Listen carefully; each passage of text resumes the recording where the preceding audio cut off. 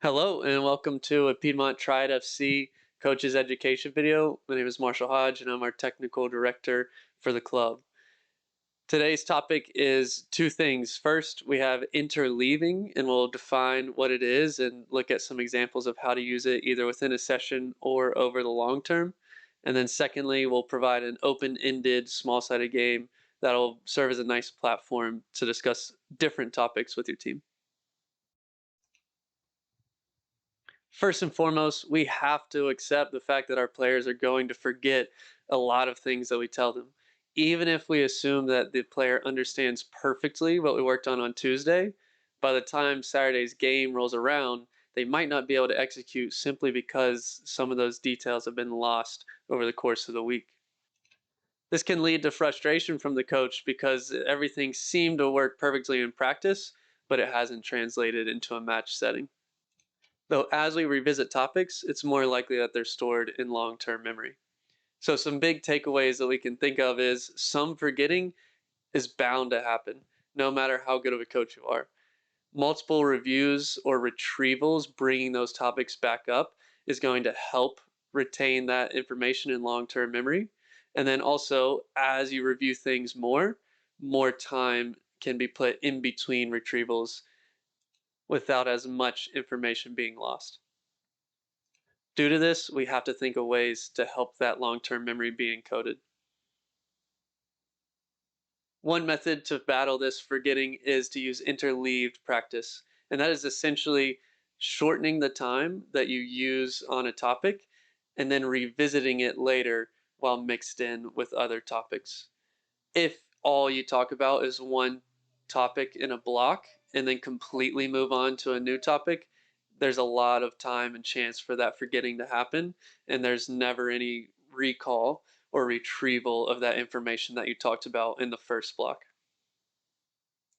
In addition to retrieving the original topic, now once you return to the secondary topic, it'll force the players to bring more focus to it as they've been distracted and have to return to remembering what the current topic is and its own details. An example could be within a session, you're talking about 1v1 dribbling and you spend a certain amount of time on that. Once you feel that the players have demonstrated some mastery, you move on to combining with teammates, your secondary topic. But then later on in that practice, for a quick 5 minutes, you return to topic number one and continue to ask them to retrieve details about your 1v1 dribbling. The principle that we're trying to work on in this session is outplaying our opponent. That could be either alone off the dribble, which is our number one objective. We want to introduce the session really trying to build confidence in our players to take someone on 1v1. Secondly, an alternate option is to combine with our teammates to pass around our opponent. But after we go on to that objective number two, combining, we then want to come back and revisit our 1v1 dribbling before the end of the session. When we're looking to mix up or interleave these topics, it's important that we have some sessions that are easy for the players to just jump into and then play. In this example, we're showcasing a 2v2 box game that's a perfect arrival activity, a warm-up activity, or just a drill to use in the middle of your session.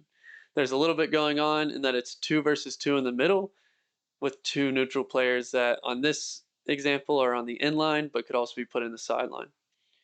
Once the players get to know the game, it's going to be very easy to just throw them into it and start teaching your topic rather than having to spend their working memory on what are the rules of the game and what is the objective.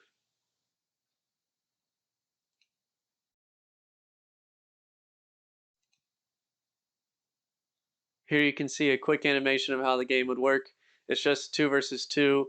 Whenever there's a goal or a shot, every single player gets out of the middle and then 4 new players get to come in. And to start things off, here I'm just showing an example of the first time this group of U11 players had ever done this game. This is what it could look like. Slow, sloppy, the transitions are taking a long time because players aren't sure if they're on or off, and there's not really a flow to the match. It would be inappropriate to go ahead and start bringing out the training topics now. if they're not really sure on how the game is supposed to work. In theory, the more that we do this specific small sided game, the less we'll have to deal with this stage of adaptation to where players are using their working memory on the rules, and the more time we get to spend their working memory on what are the objectives and the theme of the practice.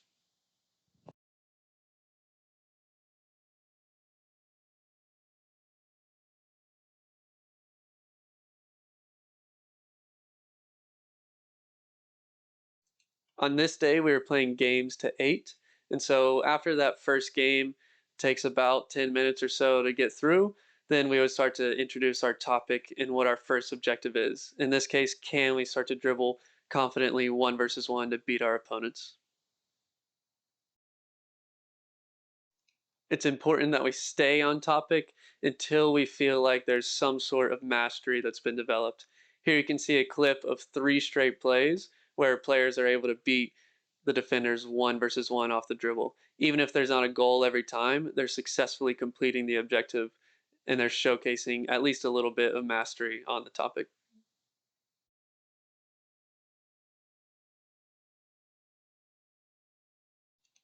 Maybe you spent that entire round or game to 8 talking about your 1v1 dribbling.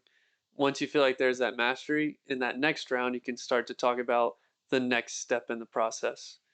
In this instance, we're looking to combine with our teammate to beat the opponents, but there's a specific cue of if I can't dribble 1 versus 1 because the defense has overcommitted to one side, then I should look to play with my teammate. In this example, we have someone choosing an inappropriate time to dribble. They're not perceiving the cue that the covering or second defender has overcommitted to one side. So we're just doing a quick freeze, showing them what the situation was, and then letting them introduce that new topic of combining with teammates in real time.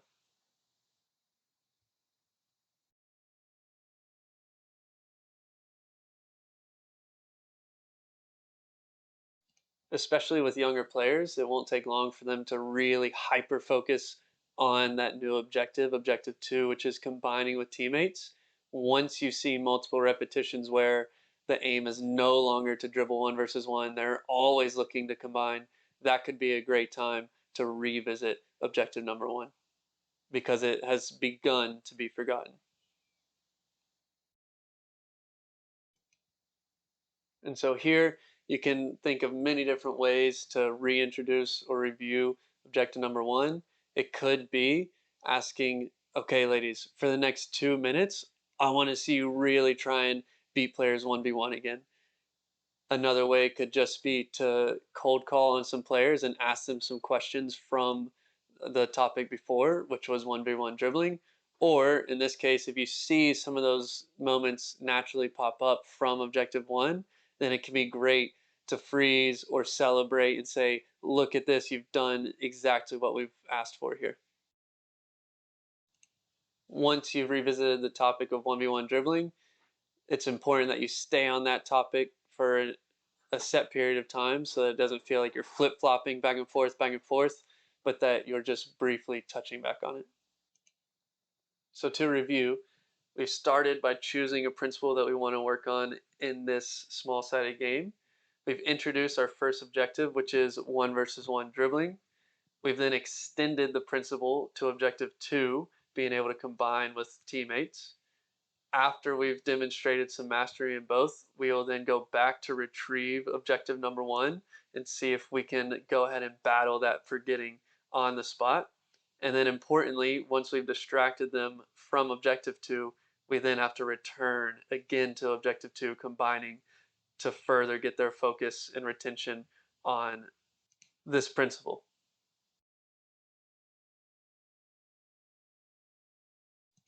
Revisiting our goal from the beginning of the video, we wanted to define interleaving as visiting different topics in shorter bursts and then revisiting those topics to again combat forgetting.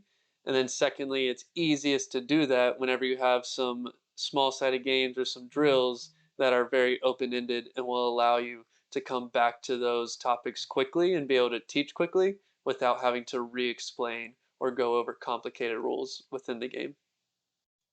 As is the case with everything in coaching, this is not a fix all solution and it does not work 100% of the time for all situations. But it is a method that you can use to try and get better memory and better recall from your players.